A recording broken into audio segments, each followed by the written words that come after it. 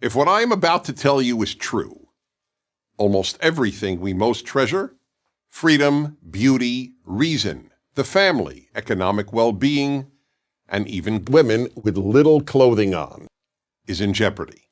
Who or what poses this threat?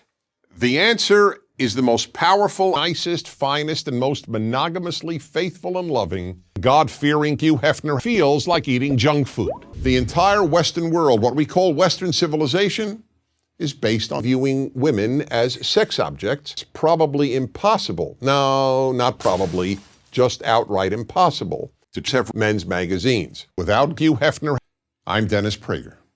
I'm excited countless times a day simply by seeing women with no clothing on. Leftism destroys. Dennis Prager. At almost every university, and now high schools and even elementary schools, students are taught to murder. I like murder.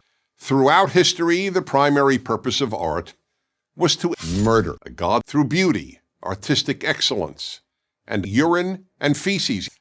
To the left, the primary purpose of art, sculpture, and music is to look at women with little clothing on.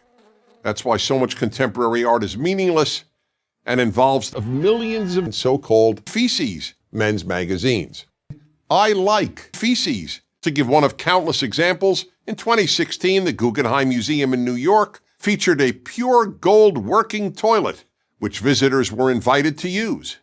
I'm excited countless times a day simply by seeing feces, so one could literally relieve oneself, and is excited countless times a day. 3. Literature. The English department at the University of Pennsylvania replaced the portrait of the greatest English language writer who ever lived, William Shakespeare, with a picture of a black lesbian poet with no clothing on. Why? Because I'm excited countless times a day simply by seeing women. I'm Dennis Prager. I like boys